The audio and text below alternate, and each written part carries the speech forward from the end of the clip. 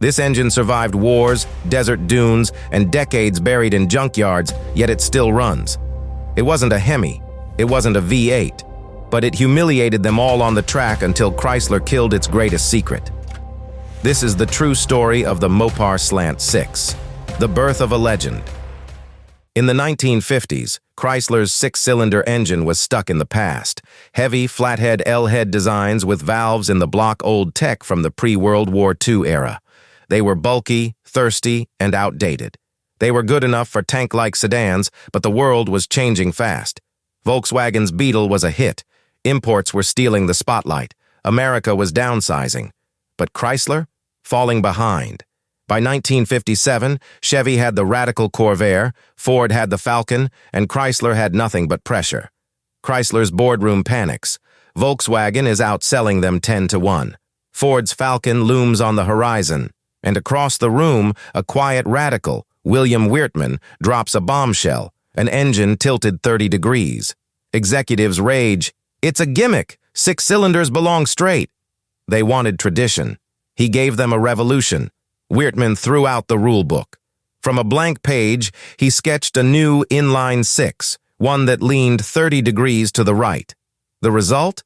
A unique slanted design that not only saved vertical space under the hood, but gave the engine its legendary nickname, the Leaning Tower of Power. 2 versions debuted in 1960, the 170 for the Valiant and the beefier 225 with a longer stroke and tall deck block for bigger cars. The 170 made 101 horsepower. The 225? A respectable 145 horses, but more importantly, it had the kind of torque you felt in your bones. That 30-degree tilt wasn't just for show. It let Chrysler engineers move the water pump to the side, trimming the engine's length by 4 whole inches, a lifesaver in tight engine bays. It also allowed for long, sweeping intake runners, the now iconic bunch of bananas manifold. That design gave the engine smooth airflow across all 6 cylinders, reducing fuel starvation and delivering consistent combustion. With just 4 main bearings, a thick block, and a stubby, stiff crankshaft, this thing was built like a tank. Mechanics started whispering, "It's unkillable." Slant Six engines didn't need pampering. They didn't care about the cold, the rain, or a missed oil change. The aluminum betrayal. Chrysler's brass demanded aluminum blocks to save weight. 52,000 engines born with a death sentence. Former plant workers said, "Liners dropped like rocks. We'd find coolant in the oil by mile 5,000. Mechanics cursed them as Chrysler's revenge. 52,000 aluminum block Slant Sixes, lightweight warriors destined for the Valiant. On paper, revolutionary. In reality, risky. These weren't your standard cast iron lumps. The aluminum 225 were die-cast using precision aerospace techniques, molten metal forced into steel molds with 2,000 tons of pressure. The result? Lighter, sleeker, and futuristic.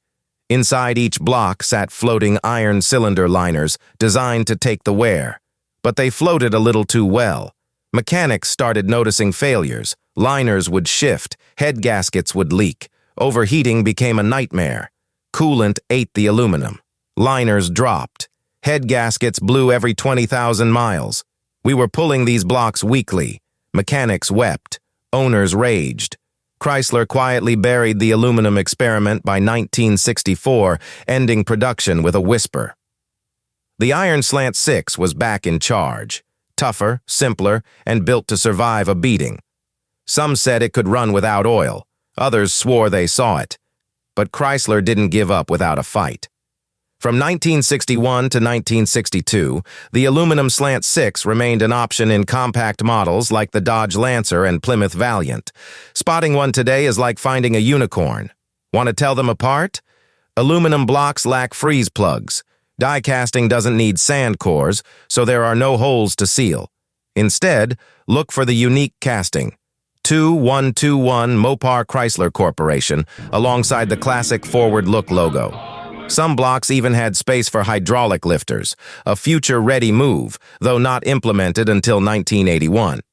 Up until then, every Slant Six used solid lifters, which meant regular valve adjustments were just part of the rhythm of ownership. And that aluminum? It was needy. Owners had to flush coolant twice a year, always use anti-corrosion additives, and baby it through every season. Skip a flush? You paid in head gaskets and heartache. Even cleaning the block required finesse. A steel brush could gouge the soft metal. Most aluminum 225 parts, heads, main caps, seals, were one-offs, rare, hard to replace, and expensive. The result? A technological marvel that couldn't survive a careless hand. Meanwhile, the iron block Slant Six became the workhorse of Chrysler's empire. The Valiant offered both 170 and 225 as economy options. The Belvedere relied on the 225 for fleet duty, perfect for taxis and government contracts. Even the Big Fury used it in base trims for buyers who wanted size without the V8's thirst. The Duster and Dart, Slant Six in base trim, compact, torquey, and surprisingly fun. Even the Barracuda, Chrysler's pony car response to the Mustang, offered the 225 as its base engine. The V8 stole the headlines, sure, but the Slant Six, it kept the lights on. And the engine didn't just live in cars. In Australia, Chrysler Marine paired the 225 with outdrives, cranking out 119 horsepower for boats. But that wasn't all. These things powered welders, irrigation pumps, construction rigs, grain elevators, combines, even air compressors. And the best part? They're still out there, tucked into barns, bolted to welders, growling in old pickups, alive, rumbling, unkillable. Racing's secret weapon. Even though the Slant Six wasn't born for racing, it didn't take long for it to start winning.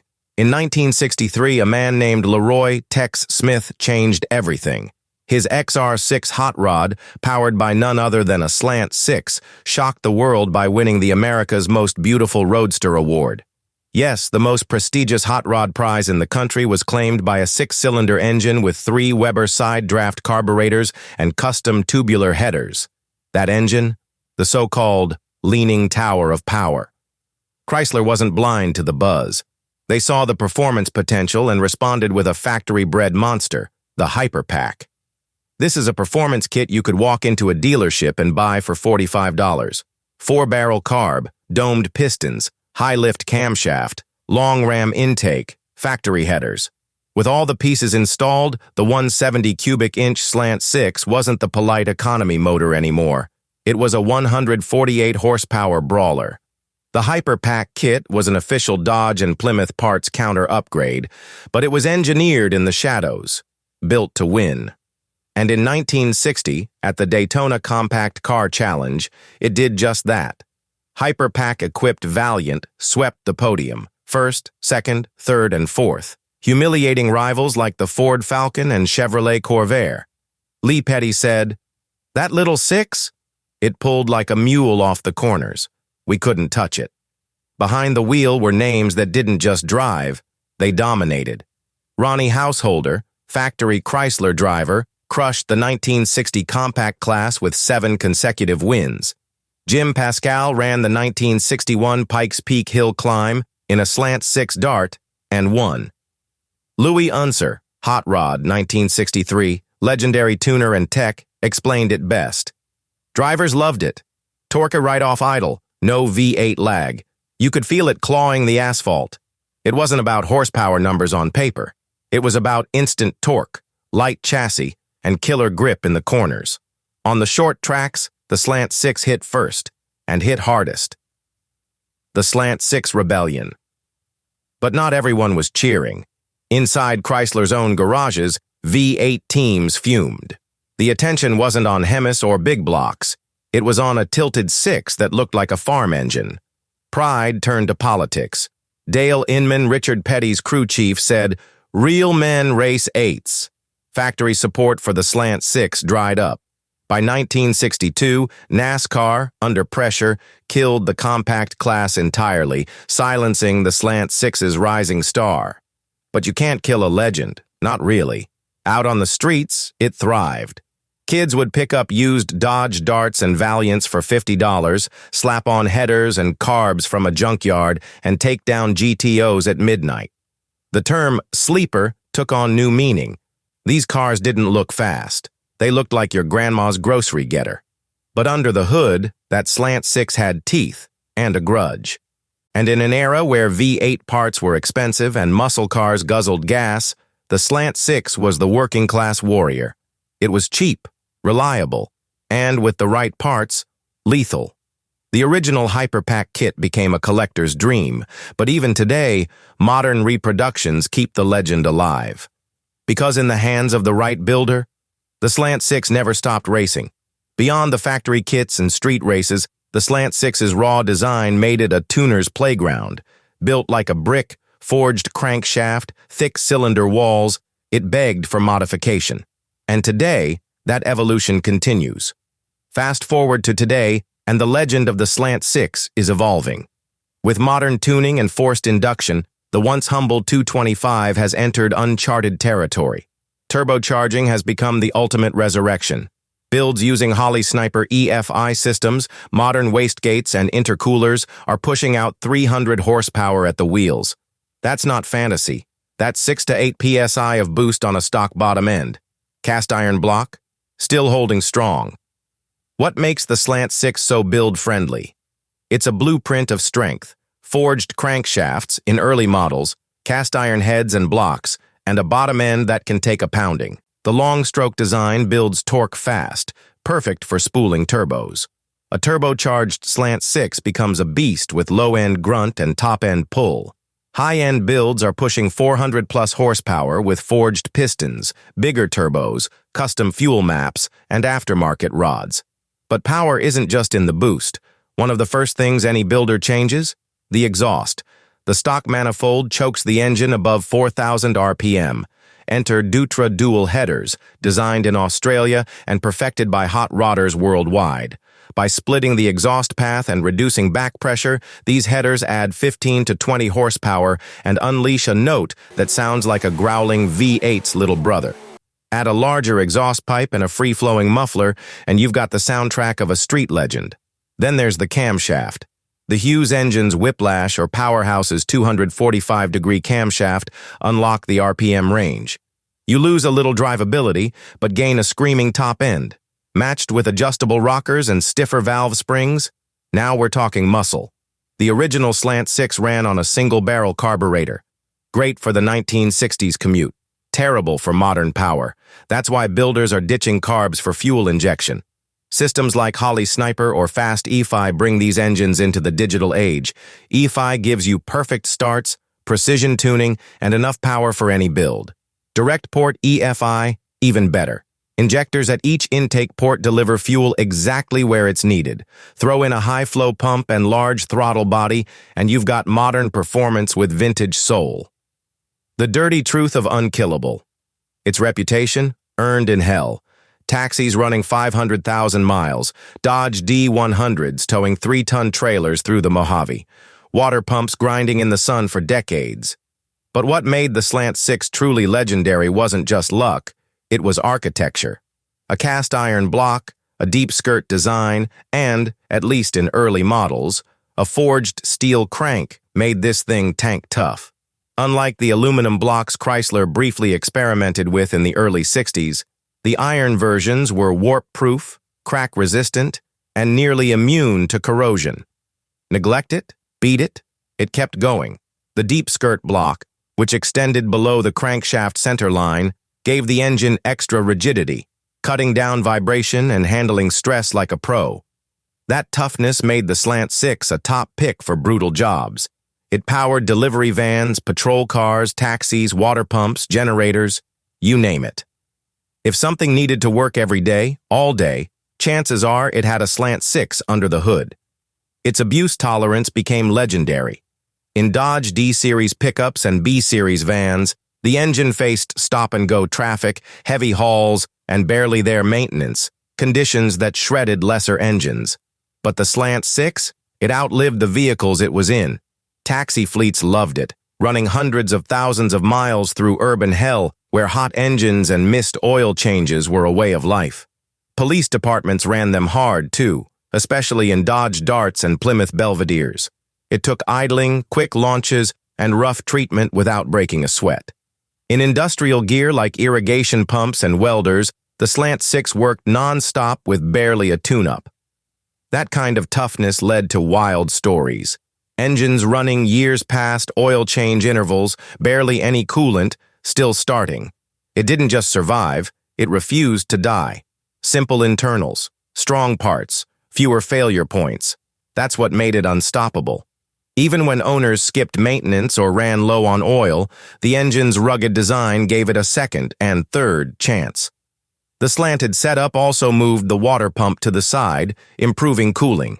And its deep oil pan meant good lubrication even on hills or rough roads. For trucks, off-road builds, or anything that needed bulletproof reliability, the Slant Six was the answer. But there was another secret behind the Slant Six's success: torque. The 225 didn't just last forever, it pulled like a tractor. Its long-stroke, short-bore layout, 3.4 by 4.125 inches, was tuned for low-end power, not high-revving horsepower. When it launched in 1960, it made 145 horsepower at 4,000 RPM, but the real magic was in the torque. 215 pound-feet at just 2,800 RPM. That number was shockingly close to Chrysler's own 273 V8.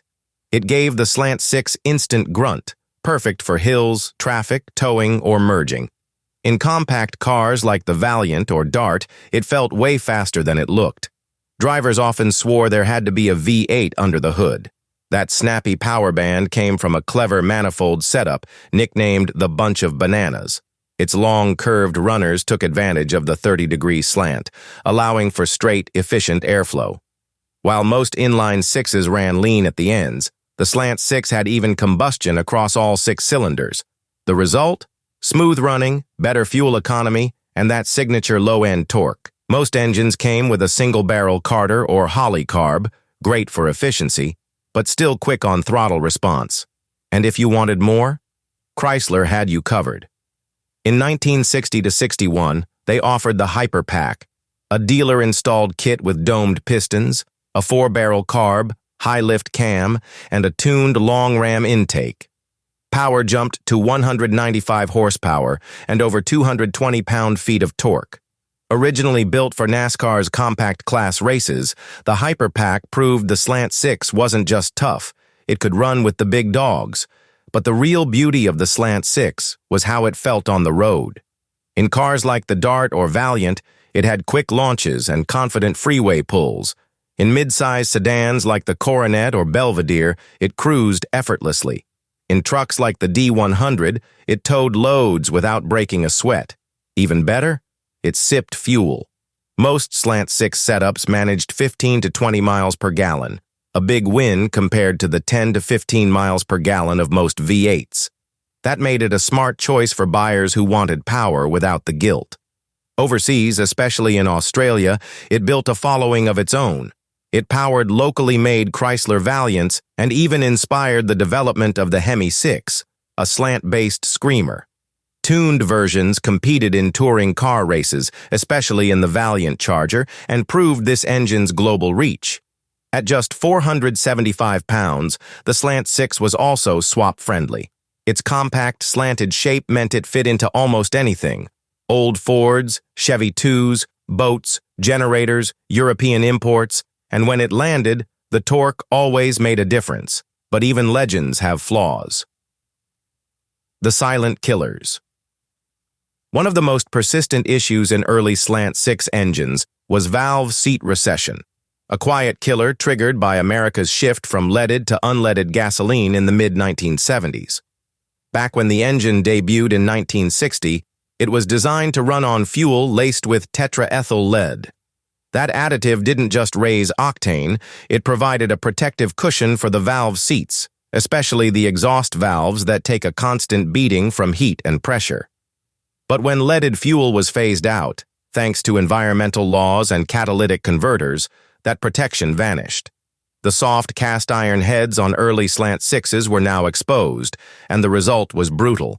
Valves slowly sank into the head, causing compression loss, misfires, hard starts, rough idling, and power drop-off. Chrysler started using hardened valve seats after 1976, but by then, hundreds of thousands of older engines were already out there, and still are. Another age-related issue is timing chain stretch, especially after the 200,000-mile mark.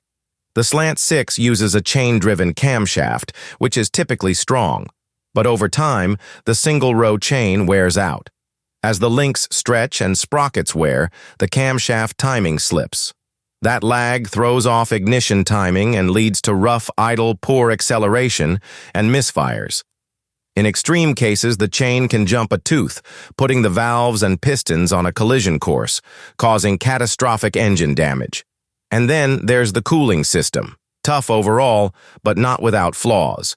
One common problem is water pump leaks, mostly due to its unusual side-mounted position on the block. That clever design helped shorten the engine's front end thanks to its 30-degree tilt, but it also exposed the pump to road grime and vibration, wearing out gaskets and seals over time. Worse still is rear cylinder overheating. The Slant Six's long inline layout means coolant has to travel farther to reach cylinder number 6. In compact cars with small radiators or trucks under heavy load, the rear end runs hot. Left unchecked, that heat can warp heads, crack decks, or blow head gaskets. The unkillable. The Slant Six didn't stay stuck in the past. It kept evolving through the 1970s and 80s to meet changing regulations and market demands. Later versions came equipped with all the usual emissions-era gear: a thermostatic air cleaner, an air injection pump, an EGR valve, and more. While these updates helped the engine meet emissions standards, they didn't exactly help performance. Still, the Slant Six handled the changes with its usual rugged reliability. In 1974, Chrysler introduced a 198 cubic inch version with a shorter stroke, designed to improve fuel economy during the gas crisis. Then in 1977 to 78, they released the 225 Super 6 variant, which came with a 2-barrel Carter carburetor to give it a bit more power and responsiveness. It wasn't flashy, it wasn't fast, but the Slant Six stuck around. It stayed in production for passenger cars until 1983, continued powering trucks until 1987, and lived on in industrial equipment until 1991. When it was finally retired, it marked the end of an era for one of Detroit's most dependable and beloved engines. What if, Lee Petty said, "That little six? It pulled like a mule off the corners. We couldn't touch it." Chrysler abandoned its warrior. The last Slant Six died in 1991. What if they'd fixed the aluminum block? Could a 250-pound six have changed racing forever? What if the Hyperpack wasn't strangled in '62? Could Slant Sixes have beaten the Boss 302 at Le Mans? And what if Chrysler's real secret wasn't reliability, but hidden performance they deliberately suppressed to protect V8 sales? Did Mopar murder its greatest engine to save its pride? Comment below. This is Paul from Rare Car Stories reminding you, dig deeper, question everything. I will. See you down the road.